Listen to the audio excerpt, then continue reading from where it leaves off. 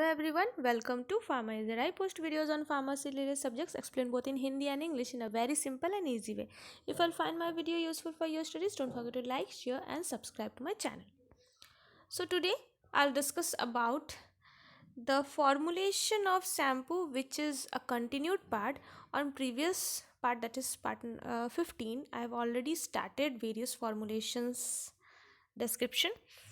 So उसी को continue करते हुए जो फॉर्मुलेशन ऑफ शैम्पू है उसमें बेसिकली आपके जो 10 इम्पॉर्टेंट इंग्रेडिएंट्स आते हैं that are surfactants, various type of surfactants are there, foam booster, germicides and anti dandruff agents, conditioning agents, up to which already मैंने प्रीवियस पार्ट में एक्सप्लेन किया है. In this part I will continue with percent agent, then sequestrants, thickeners, perfuming agents, preservatives and color or coloring agents.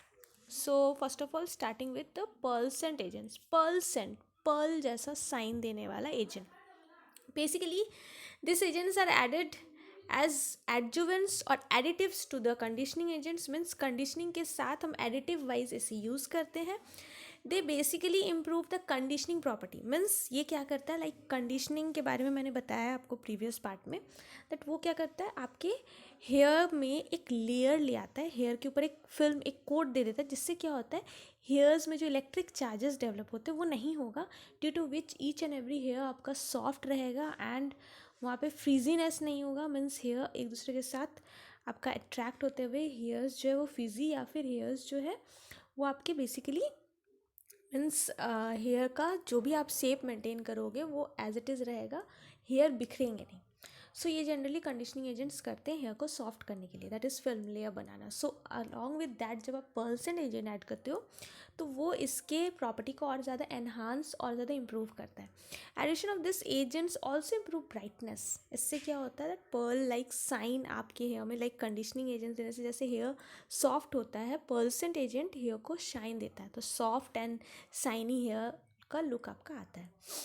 Along with that ये और एक चीज़ करता है that is shampoo को ओपैक बनाता है. मतलब आपका शैम्पू पानी जैसा ट्रांसपेरेंट नहीं रहेगा, ये बेसिकली उसे ओपैक बना देगा, दैट इज़ जिससे आपका जो है ट्रांसपेरेंसी एंड हो जाएगा. So that is why pearlescent agent को ओपेसिफाइंग एजेंट्स भी बोला जाता है. Various examples of pearlescent agents are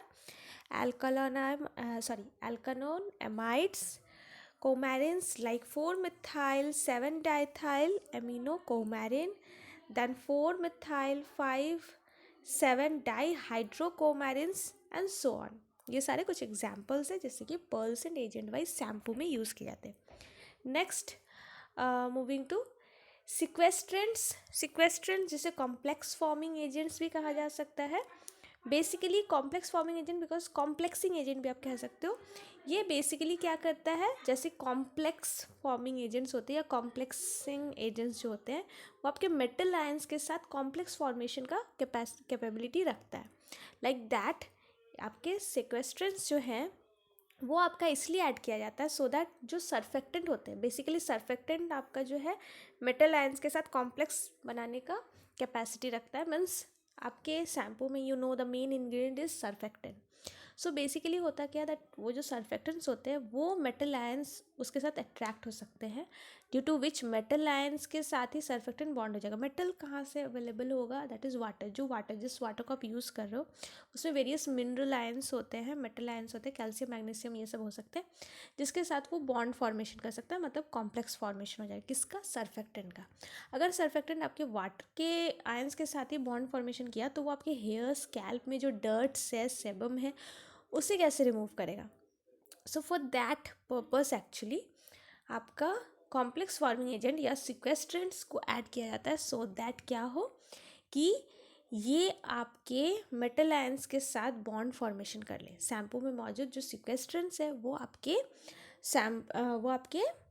जो वाटर के वजह से जो भी मेटल आयंस आते हैं उसके साथ बॉन्ड फॉर्मेशन कर लेता है, उसके साथ कॉम्प्लेक्स फॉर्मेशन करता है, जिससे क्या होता है सर्फेक्टेंट्स बच जाते हैं.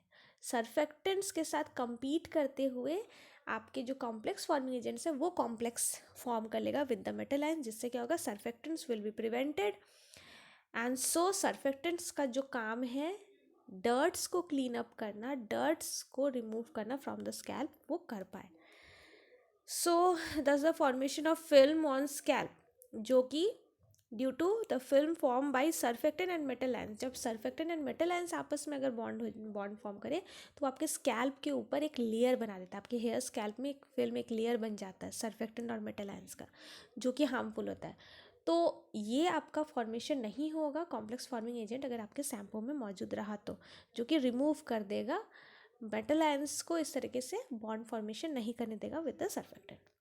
सो जो कॉमनली यूज सिक्वेस्ट्रेंट्स होते हैं, example is EDTA, that is ethylene diamine tetraacetate, then citric acid and so on. Now next we will see thickening agents. Thickening agents basically क्या करते हैं, थिक बनाने का काम करता है, विस्कस बनाता है आपके शैम्पू के फॉर्मुलेशन को. बिकॉज यू नो, अगर बहुत ज़्यादा वाटरी कंसिस्टेंसी रहा, पानी के जैसा वाटरी कंसिस्टेंसी अगर शैम्पू का रहा, जैसे ही आप शैम्पू को पोर करोगे थ्रू द बॉटल, वो आपके हाथ में तो आएगा बट हो सकता है हाथ से फिसल कर गिर जाए, बहुत ज़्यादा वेस्टेज हो.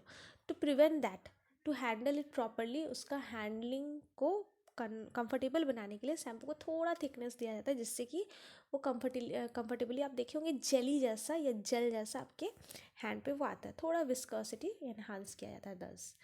सो आपका जैसे कि मैंने बताया, ईज़ ऑफ हैंडलिंग, वेस्टेज नहीं होगा ड्यूरिंग एप्लीकेशन. आप सर पे भी लगा रहे हो, पानी जैसा सर पे लगाने जाओगे तो गिर जाएगा. थोड़ा सा आपका जो है थिकनेस रहेगा, थोड़ा विस्कस रहेगा, तो हेयर तक आप प्रॉपरली ले जा पाओगे, रब कर पाओगे. Already the addition of various agents such as surfactant, foam boosters etcetera, ये सारे जो आप ऐड करते हो सर्फेक्टेंट या फोम बूस्टर, जिसके बारे में ऑलरेडी बताया है मैंने आपको, ये सब तो ऑलरेडी विस्कोसिटी देता है. स्टिल क्योंकि वो प्रॉपरली विस्कोसिटी के लिए रिस्पॉन्सिबल नहीं है सर्फेक्टेंट्स या आपके foam boosters, that is Y viscosity enhancer या थिकनिंग एजेंट्स जो है वो आपका ऐड किया जाता है. So commonly used viscosity enhancer or thickening agents in shampoo are methyl cellulose, alginate, polyvinyl alcohol, polyethylene glycols and so on. Next, moving to the perfumes और flavoring agents आप कह सकते हो. flavoring agents perfectly यहाँ पे नहीं कहेंगे, because जो आप ओरली कंज्यूम करते हो वहाँ पे जो टर्म्स यूज़ करते हो वो उसको फ्लेवरिंग एजेंट कह सकते हो, बिकॉज वो आपके खाने वाली चीज़ों को एक स्वाद देता है. फ्लेवर देना मतलब स्वाद देना. सो यहाँ पर परफ्यूम्स यूज़ कर सकते हो, वही सारे सब्सटेंस होते हैं जो एज अ फ्लेवरिंग एजेंट आप यूज़ कर सकते हो, वही एज अ परफ्यूम भी आपका यूज़ होता है, जो कि एक ओडर देता है, जो एक खुशबू देता है, एक स्मेल देता है. तो इंग्रेडिएंट्स वही है, दैट इज़ वाई आप उसे परफ्यूम कहो या फ्लेवरिंग एजेंट्स कहो. सो बेसिकली ये आपका गुड फ्रेगरेंस ऐड करने के लिए आपका होता है शैम्पू में, बिकॉज ऑलवेज कस्टमर को चाहिए कि एक गुड कलर हो, एक गुड स्मेल हो, एक आपका माइल्ड जो ओडर होता है उससे आपके कंज्यूमर्स जो होते हैं वो ज़्यादा अट्रैक्टेड होते हैं. 10 परफ्यूम्स ऐड करना होता है to cover up the medicated और chemical substance which is added their odour. उनके ओडर्स को आपका कवर अप करने के लिए बेसिकली ऐड किया था. Neutralize the undesirable odour of other ingredients of the formulation, जो मैंने आपको बताया. Nowadays it is added mostly for consumer satisfaction, जो मैंने आपको बताया. जो परफ्यूम आपको सेलेक्ट करना है उसको आपको ये देखकर सेलेक्ट करना है that they have a good smell, उनका जो है अच्छा स्मेल आए for fix period of time. जब तक आपका शैम्पू रह रहा है, शैम्पू का जब तक एक्सपायरी डेट नहीं आ रहा तब तक उसका ऑर्डर भी जो है वो प्रिजर्व्ड रहे, ऑर्डर रहे उसमें, फ्रेगरेंस रहे उसमें. देन जो परफ्यूम आप ऐड करोगे उससे आपके कोई भी इंग्रेडिएंट का सॉलिबिलिटी डिस्टर्ब नहीं होना चाहिए. ऐसा नहीं हो कि परफ्यूम आपने ऐड किया एंड जो भी इंग्रेडिएंट आपके शैम्पू में डिज़ोल्व हुआ था वो इनसॉल्युबल हो जाए. And other than that stability पर भी प्रॉब्लम नहीं आना चाहिए, इनस्टेबल ना कर दे. एंड जनरली जो परफ्यूम्स ऐड किए जाते हैं नेचुरल सोर्सेज से आपके इसे निकाला जाता है. That is like various flowers से परफ्यूम्स या फ्रेगनेंस लिया जाता है. Fruits like strawberry flavoured mostly या ऑरेंज फ्लेवर्ड आपके शैम्पूज होते हैं. Then herbs, various herbs like aloe smell या भृंगराज का ऑर्डर होगा, फ्रेगनेंस होगा and so on. Now, next is on your ingredient, that is preservative, and lastly the coloring agents. But before that, today's IQ fact. So today's IQ fact is about earth fact. So do you all know the earth is slowing down by about around 17 milliseconds every 100 years. The major reason proposed for the very long term slowing rate is lunar tides.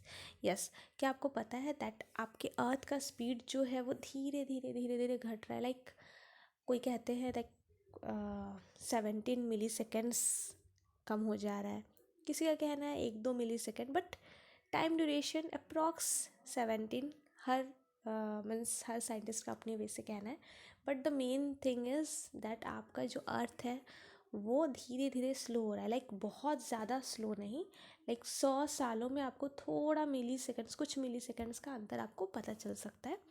So can say that कुछ सालों बाद जिस तरीके से ऐसा हो रहा है, कुछ डिकेड्स बाद एक्चुअली आपका हो सकता है एक और लीप डे ऐड हो जाए. सो एनीवेज, ये बेसिकली होता क्यों है, ये ऐसा हो क्यों रहा है, दैट अर्थ का अपना रोटेशन क्यों रुक जा रहा है या क्यों स्लो डाउन हो जा रहा है, that is due to lunar Tide.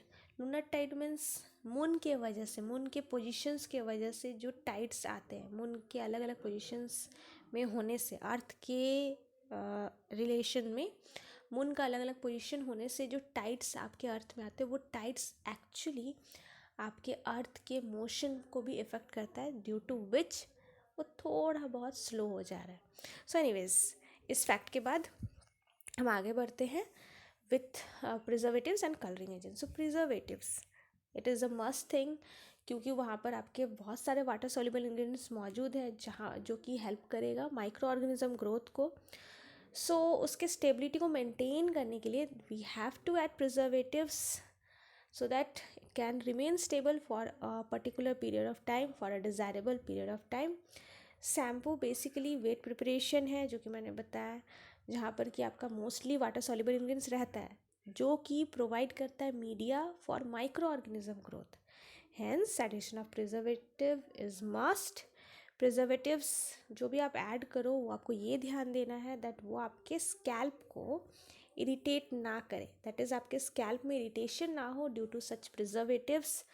And some commonly use preservatives, some example are like para hydroxybenzoic acid, para amino benzoic acid, phenyl mercuric nitrate and so on. So next, the last one, that is colouring agents. So colouring agents की अगर बात करें तो obviously ये भी customer satisfaction के लिए है. कलर्स जो है वो एक प्लीजेंट अपीयरेंस देगा, एक गुड लुकिंग होगा, लाइक माइल्ड कलर, वाइट और light light sky blue, light pink और एनी कलर.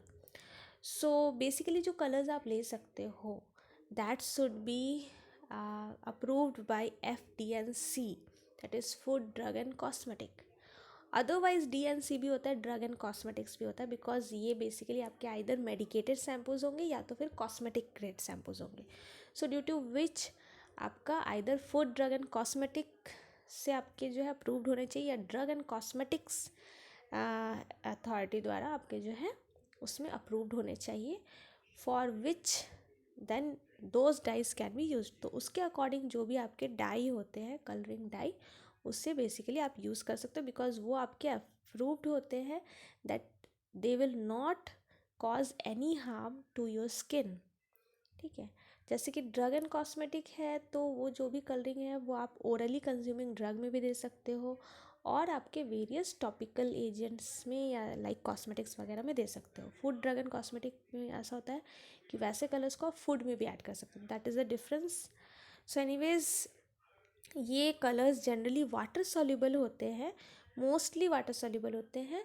सो बेसिकली जब आप ऐड करते हो तो इसे थोड़ा सा वाटर में डिज़ोल्व किया था, देन आपके प्रोडक्ट में, आपके फॉर्मुलेशन में ऐड किया था. तो मस्ट भी वाटर सॉल्युबल होना आपका क्राइटेरिया होना चाहिए. देन साथ ही साथ आपको ये ज़रूर ध्यान देना है, बिकॉज आप शैम्पू में ऐड कर रहे हो जो कि आपके हेयर में जाने वाला है. सो वो कलरिंग एजेंट वो जस्ट आपके कॉस्मेटिक में ही ऐड हो, आपके शैम्पू में ही ऐड हो, ऐसा ना हो कि आपके हेयर को भी वो कलर दे दे, मीन्स हेयर में उसका कलर जो है नहीं जाना चाहिए, वो जस्ट आपका शैम्पू के साथ ही वॉश अवे हो जाना चाहिए. So this are some requirements in the formulations. Next हम डिस्कस करेंगे about the methods of preparation. Before ending the video one more thing, that is जो भी मैंने अभी डिस्कस किया वीडियो में, फॉर दैट अगर आप उसका नोट्स चाहते हो, for that I am adding blog link in the description box. आप जा कर के ब्लॉग लिंक को ओपन करके एंड उसका नोट्स जो भी है आपको मिल जाएगा. So for more videos you can go and check my channel. Hope that you have found my video useful. If yes, then don't forget to press the bell icon to get the notifications. And thanks for watching. Bye bye.